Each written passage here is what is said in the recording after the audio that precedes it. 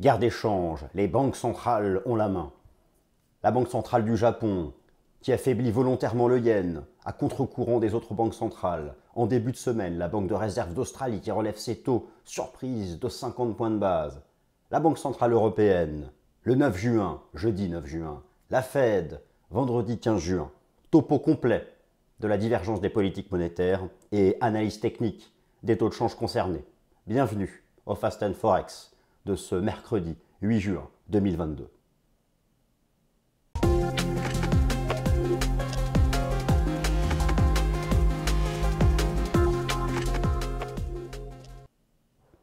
Alors je suis très heureux de vous retrouver, chers amis, pour faire ce topo complet sur les banques centrales, car il se passe des choses étonnantes que je vais vous résumer. Vous savez, l'ennemi public numéro 1, c'est l'inflation. Briser cette inflation. Nous en parlons souvent dans ces colonnes. Briser cette inflation, c'est l'objectif que se sont fixés les grandes banques centrales majeures, car vous savez qu'elles ont, elles, une cible à veiller à la stabilité des prix et à maintenir l'inflation au maximum à 2%. Or là, nous sommes entre 6 et 8 en fonction des pays. Oui, eh bien, vous avez peut-être pu être étonné cette semaine de voir le yen continuer sa chute, c'est-à-dire poursuite de la tendance haussière de l'USD-yen, d'ailleurs qui atteint un objectif technique que je vous avais proposé. Poursuite de la tendance haussière des paires en yen. Et oui, en début de semaine, Aoriko Kuruda, le patron de la BOJ, a, à contre-courant de toutes les autres banques centrales majeures, dit en l'état « Je maintiens ma politique monétaire accommodante parce que la priorité, c'est la croissance économique, la priorité, c'est les salaires et pas la lutte contre l'inflation. » Impact immédiat. Les taux au Japon restent à zéro, à la différence des autres grandes économies occidentales. Le yen chute. Je vais tout vous montrer, c'est passionnant. Jeudi 9 juin, décision de politique monétaire de la Banque centrale européenne. Le marché n'attend pas de hausse de taux cette semaine, mais une préparation à des hausses de taux cet été pour venir interrompre ce que la BCE pratique depuis 10 ans, et même depuis 2014, les taux négatifs du côté des taux de dépôt. La conférence de presse de Mme Lagarde est très attendue ce jeudi. Va-t-elle permettre la poursuite, le développement du rebond technique de l'euro-dollar, qui, rappelez-vous, s'est stabilisé sur un support mensuel extrême à 1,0350. Qu'en est-il? On va en parler. Et puis, n'oublions pas, le temps fort de ce mois de juin, c'est la Fed, encore la Réserve fédérale des États-Unis. Mercredi 15 juin, la probabilité qu'elle monte encore 2 fois d'un coup ses taux, c'est 95%. Bref, il faut comprendre cela. Comment se positionnent les banques centrales? Les choix qu'elles font. Quel est l'ennemi public numéro 1? Lutter contre l'inflation ou lutter contre le risque de récession? Et en fonction de leur choix, les devises sont impactées avec des signaux techniques qui valident ces fondamentaux. Alors c'est parti. Je vous propose quelques illustrations sur l'ensemble de ces sujets. Guerre d'échange, les banques centrales ont la main. C'est vrai qu'elles ont plus que jamais la main. Certaines décident donc de maintenir, de continuer la guerre d'échange. D'autres, eh bien, font le choix, envers et contre tout, de briser, de tordre le cou à l'inflation. Ça, par exemple, c'est le choix de la Fed et la BCE. C'est un entre-deux. Et le marché y verra plus clair ce jeudi avec Madame Lagarde. Alors, au programme la guerre d'échange, au programme, eh bien, déjà, le choix que font chacune des banques centrales. Les banques centrales majeures n'ont pas toutes fait le même choix. C'est pour ça. Ne soyez pas surpris, par exemple, de la chute du yen, la poursuite de la tendance baissière du yen, que l'on voit très bien avec la dynamique du yen index. Oui, rappelez-vous ces indices devises dont je vous ai déjà parlé. Par exemple, pour représenter la tendance du yen, alors vous voyez la tendance haussière de l'USD yen, c'est bien. Si l'USD yen monte, c'est que le JPY dans l'USD yen est baissier. Mais il existe un indice yen, et vous allez voir, c'est le seul parmi les majeurs en chute libre. Et il y a une seule raison à ça, c'est que la Banque centrale a dit, nous l'inflation, on s'en fiche, nous on veut défendre, lutter contre le risque de récession, pas l'inflation. Alors il est vrai qu'au Japon, l'inflation n'est pas hors de contrôle encore. Il y a des raisons à ça, j'ai des graphiques à vous proposer sur ce sujet. Donc on va regarder ça pour les fondamentaux et l'analyse graphique, ma vue de marché actualisée sur l'euro-dollar, l'USD yen, la UD-USD, l'euro CHF, le GBP-USD et l'USD CNY. Comparaison entre les banques centrales majeures, leur choix et positionnement dans le cycle monétaire. Alors, cette semaine, comprenez bien que la dynamique d'une devise est avant tout le choix de la banque centrale qui frappe la monnaie. Cette semaine, il y a eu un certain nombre d'informations. Avant cela, gardez à l'esprit que les deux temps forts devant nous, c'est jeudi 9 juin, la décision de politique monétaire de la Banque Centrale Européenne, et surtout mercredi 15 juin, la décision de politique monétaire de la Réserve fédérale des États-Unis. Mais cette semaine, ce lundi et mardi, la Banque de réserve d'Australie, la RBA, a relevé son taux directeur de 50 points de base d'un coup. 50 points de base d'un coup, alors que le marché n'en attendait que 30 points de base de hausse. Et au contraire, ce lundi, M. Haruhiko Kuroda, le patron de la Banque centrale du Japon depuis tant d'années, a dit que jamais la BOJ n'abandonnerait son soutien monétaire à l'économie. Peu importe l'inflation, lui, il veut lutter contre le risque de récession. Et donc, je vous remontre cet excellent graphique proposé par l'analyste et ami Valentin Offrand, que je vous invite d'ailleurs à suivre sur Twitter. Eh bien, voici à nouveau le positionnement de ces banques centrales. Et donc, sans surprise, la Banque centrale du Japon n'est pas dans le tightening. La Banque centrale du Japon n'a pas commencé à monter ses taux. Et elle l'a redit, elle l'a confirmé. Vous avez là la confirmation et l'explication de la tendance baissière du yen sur le Forex. De la même façon, la poursuite de la tendance haussière de l'USD CNY, c'est le maintien d'une politique monétaire archi accommodante et même qui est de plus en plus accommodante par la Banque centrale de Chine. Pour la BCE, eh bien, nous ne savons pas. C'est justement, ça se joue jeudi 9 juin avec la conférence de presse de Mme Lagarde qui permettra de savoir si nous serons dans une phase de increasing rates dès cet été. Et si c'est le cas, eh bien, l'euro-dollar poursuivra son rebond technique. Mais si jamais la BCE demain calme tout cela et ne laisse pas envisager des hausses de taux cet été, je vous garantis que le rebond de l'euro-dollar fera pchit. Alors la RBA, eh bien, ça y est, elle est entrée dans un cycle de hausse de taux agressif. Donc ça a été très marquant cette semaine. En début de semaine, vous avez donc la BOJ qui confirme sa politique monétaire accommodante, et au contraire, vous avez ici les taux d'intérêt, le taux d'intérêt directeur de la Reserve Bank of Australia, la banque de réserve d'Australie, la Banque centrale d'Australie. Eh bien, vous voyez, c'est l'interruption d'une décennie de baisse de taux d'intérêt. Et là, d'un coup, 50 points de base de hausse d'un coup, avec un taux directeur qui remonte à 0,85%. Alors, le marché est toujours dans l'anticipation. Vous allez voir que l'AUD-USD n'a pas forcément monté, car il montait déjà depuis un mois. C'est ça que je veux vous rappeler. L'AUD-USD entre en consolidation parce qu'on anticipait une hausse de taux. Donc c'est pour ça que si l'euro-dollar a déjà commencé à rebondir alors que la BCE n'a pas augmenté ses taux, c'est parce qu'on se projette sur les hausses de taux. Mais quand arriveront les hausses de taux de l'euro-dollar, ce sera la fin. Le marché aura acheté la rumeur et vendra la nouvelle. Il faut toujours garder ça à l'esprit, cette anticipation du marché d'échange par rapport aux anticipations de politique monétaire. Alors la chute du yen, ça interroge forcément. La chute du yen, nous allons tout à l'heure regarder les graphiques, mais je peux vous remontrer, c'est superbe, ce graphique de l'USD-Yen. J'ai d'ailleurs un objectif technique qui est presque atteint, que je vous avais proposé. Elle est superbe, cette dynamique haussière. Eh bien, elle a été relancée. Vous avez à gauche les bougies japonaises en données mensuelles et à droite en données journalières. Regardez comment l'USD-Yen empile les hausses. Attention, on n'intervient que sur support. Et c'est quasiment fait les objectifs. Attention, mais j'y viens. Alors pourquoi La Banque centrale du Japon nous explique en début de semaine qu'elle ne mettra pas un terme à sa politique monétaire accommodante. Pourquoi? D'abord parce que le Japon fait face à des pressions déflationnistes de long terme. Depuis l'éclatement de la bulle immobilière au début des années 90, le Japon ne s'en sort pas, il reste enfermé dans cette politique monétaire d'impression massive, d'auto zéro. Et surtout, pourquoi? À la différence des autres banques centrales, pourquoi la Banque centrale du Japon n'a pas décidé de lutter contre l'inflation? Eh bien parce que l'inflation reste sous contrôle. Vous avez sous les yeux l'évolution mensuelle du taux d'inflation au Japon. Alors je vous rappelle qu'en Europe c'est 8, aux États-Unis c'est 6. Eh bien voilà, alors elle augmente cette inflation, mais elle reste à 2,5. Donc le régime des prix reste sous contrôle pour le moment au Japon, ce qui explique que le yen conserve sa tendance baissière, c'est-à-dire la tendance haussière du taux USD-yen et la tendance baissière de l'USD, du Yen Index. Alors, c'est le temps fort fondamental de la semaine, la décision de politique monétaire de la Banque Centrale Européenne, ce jeudi 9 juin. La Banque Centrale Européenne qui doit faire face à une inflation qui, pour le coup, reste hors de contrôle en Europe. Vous avez ici la courbe verticale du CPI en Europe. Et surtout, cette semaine, le marché attend la conférence de presse de Mme Lagarde. Car les taux d'intérêt de la BCE, les taux d'intérêt de la Banque Centrale Européenne, ne bougeront pas demain.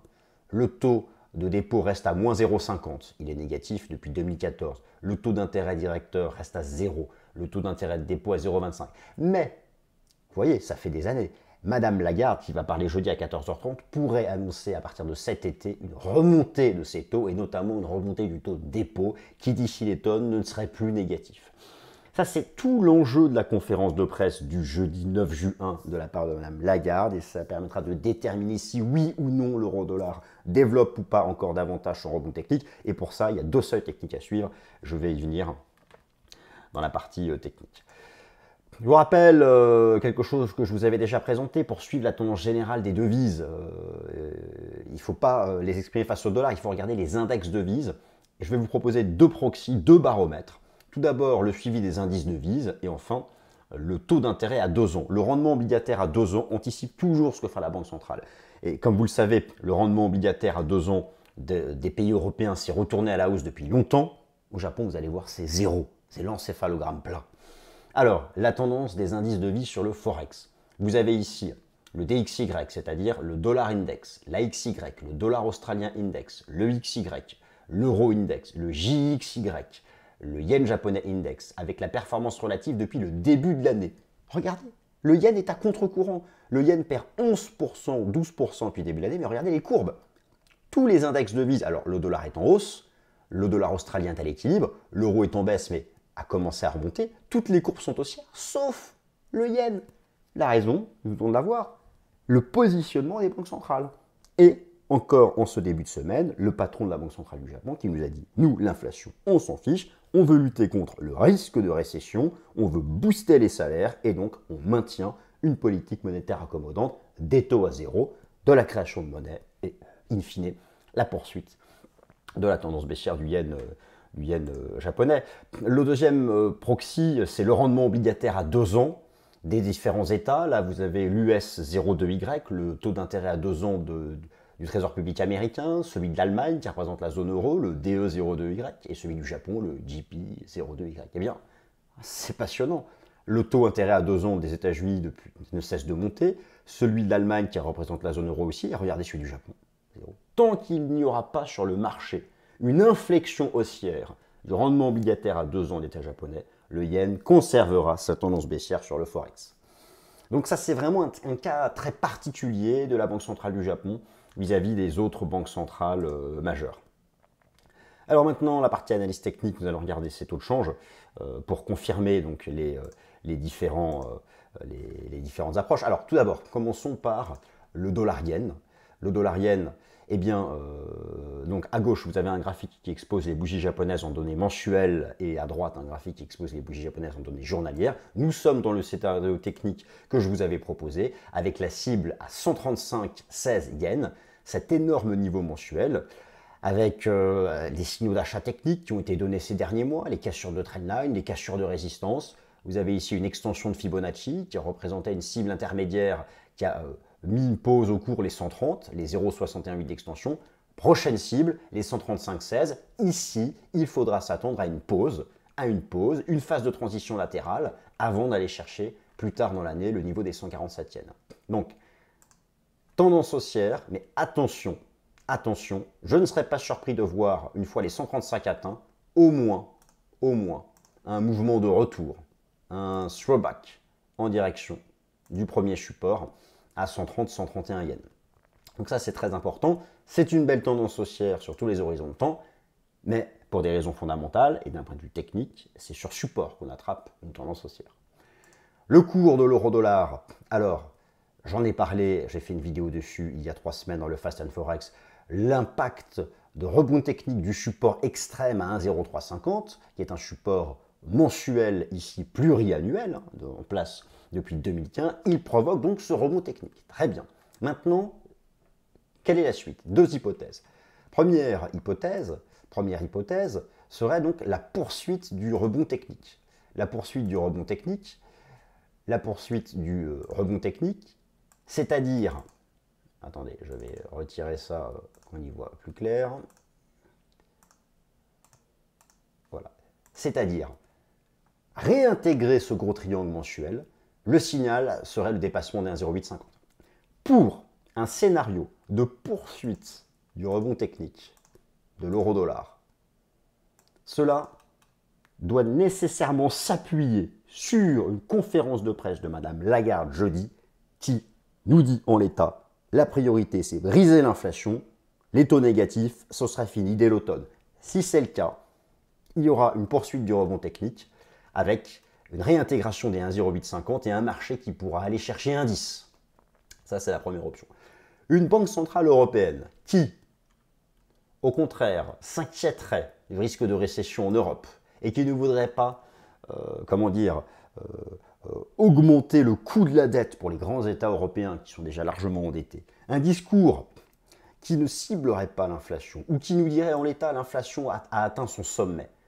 Je vous garantis que les 1,0850 ne seront pas réintégrés, que nous n'aurons eu qu'un petit rebond technique, que nous échouerons. Et à ce moment-là, un signal baissier serait la cassure du support des 1,0635. C'est ce niveau pivot ici en données journalières. Donc en gros, pour résumer pour le cours de l'euro-dollar, la tendance qu'il prendra pour la suite du mois de juin et après la conférence de presse de Madame Lagarde jeudi dépendra du comportement du marché vis-à-vis de ces deux niveaux, 1,0640 $ et 1,0850. Casser à la hausse 1,0850, c'est la poursuite du rebond technique. Briser 1,0640, c'est la reprise de la tendance baissière de fond et un marché qui aura une bonne probabilité d'aller côtoyer la parité. Voilà donc pour les niveaux techniques qui comptent pour le cours de l'euro-dollar. L'euro CHF notait une compression intéressante. Plus le temps passe, plus je me dis que cette compression pourrait être une compression de creux. Alors, déjà, je vais repasser ici à gauche en données hebdomadaires. En données, pardon, non. Je vais rester en données mensuelles. Alors, nous avons cette compression. Alors, tout le monde se souvient de 2015, l'abandon du PEG. La parité a tenu.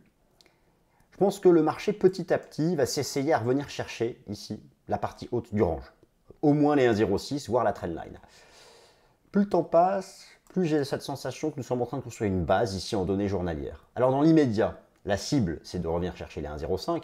Si on reste factuel, dans cette compression, c'est neutre. On voit bien ici la phase de transition latérale. Bon, le sens de sortie aura lieu. Maintenant, on peut très bien se dire, j'attends le sens de sortie. On casse par le bas, je vise le retour à la parité. On casse par le haut et je vise un retour à 1,0750, la trendline. Bon, ça, ce serait la prudence technique qui invitera à ce comportement. Là, j'ai plutôt la sensation que le marché prépare une base de renversement haussier. Je ne serais pas surpris de voir une cassure technique haussière des 1,0492 pour aller chercher au bas mot les 1,06. Alors, au-delà de ce plan sur la comète, tout le monde peut en faire. Dites-vous bien une chose, le comportement de l'euro CHF sera corrélé au comportement de l'euro. Rappelez-vous à l'époque, si la Banque nationale suisse avait abandonné le PEG, c'était une semaine avant l'annonce des programmes de quantitative easing de la Banque centrale européenne à l'époque. Là, ce sera la même chose. La Banque nationale suisse ne se mettra pas en face. Et puis même au final, une remontée de l'euro CHF, c'est quelque chose qui l'arrange. Donc, un euro-dollar qui dépasserait 1,0850 pour poursuivre ce rebond technique, s'appuyant sur une Lagarde au quiche, verrait l'euro CHF dépasser les 1,0490 et aller chercher 1,06. Au contraire, retombée du cours de l'euro-dollar vers la parité, le cours de l'euro CHF continuerait de végéter dans cette zone. Voilà comment j'envisage les choses. Alors, pour la UD-USD, il y a eu, vous l'avez vu, donc je vous en ai parlé, une hausse de taux de 50 points de base qui a été surprise. Et pourtant, en début de semaine, le marché consolide, ne fait plus grand-chose. Eh bien, cela rappelle à quel point le marché est dans l'anticipation. La hausse de taux a eu lieu en début de semaine Et ça fait 3 semaines qu'on monte. C'est bien ça que je veux vous rappeler. Et je voulais vous parler du taux AUD-USD pour cette raison. Alors, globalement, le marché est neutre. Il y a un seuil à surveiller à 0,7280 qui pourrait être la ligne de coup d'une structure en V bottom ou épaule, tête-épaule inversée. Là, nous sommes sous résistance. Le marché consolide après la hausse des taux. Ce que je voulais vous dire, c'est que la hausse de taux a eu lieu ce lundi. Mais voilà, la hausse, toute la hausse de 400 pips a eu lieu dans les 3 semaines avant. C'est pour ça que les anticipations vis-à-vis de la BCE feront l'euro-dollar. Mais lorsqu'on arrivera effectivement à la hausse de taux de la BCE, l'euro-dollar, lui, aura déjà fait toute sa hausse. Donc pour la UD-USD, si un premier support devait agir, c'est les 0,7050, 0,71. J'aurais tendance moi à avoir une vie neutre. La seule façon de poursuivre l'accélération haussière, ce serait de dépasser les 0,7280 et d'activer cette structure en V-bottom ou en épaule tête-épaule inversée. L'USD-CNY, c'est la tendance haussière parce que la Banque centrale de Chine maintient sa politique monétaire archi accommodante. Je vous avais beaucoup à l'époque parlé de ce biseau descendant où on est sorti par le haut. On est en train de le retracer. Patience, c'est une sorte de compression. J'attendrai un retour de la ligne de MACD sur 0, un point de contact avec la moyenne mobile à 50 jours. Donc patience pour un prochain redémarrage de l'USD-CNY, mais je pense que cela peut encore prendre une semaine à 2 avant vraiment de relancer la tendance haussière pour l'USD-CNY, en lien avec toutes les nouvelles mesures monétaires de soutien de la Banque centrale de Chine. Le GBP-USD, configuration intéressante, potentielle à surveiller en épaule tête-épaule inversée, ici en données journalières. La ligne de coup est à 1,2660. 1,2660, c'est le seuil à surveiller. Si c'est une épaule tête-épaule, le support est à 1,24, 1,2450. Why not mettre à profit 1,24 à 24,50, en tout cas mettre son stop en dessous. Et en validation de l'épaule tête-épaule inversée, la cible c'est 1,30. Voilà chers amis, j'espère que ce Fast and Forex vous a plu.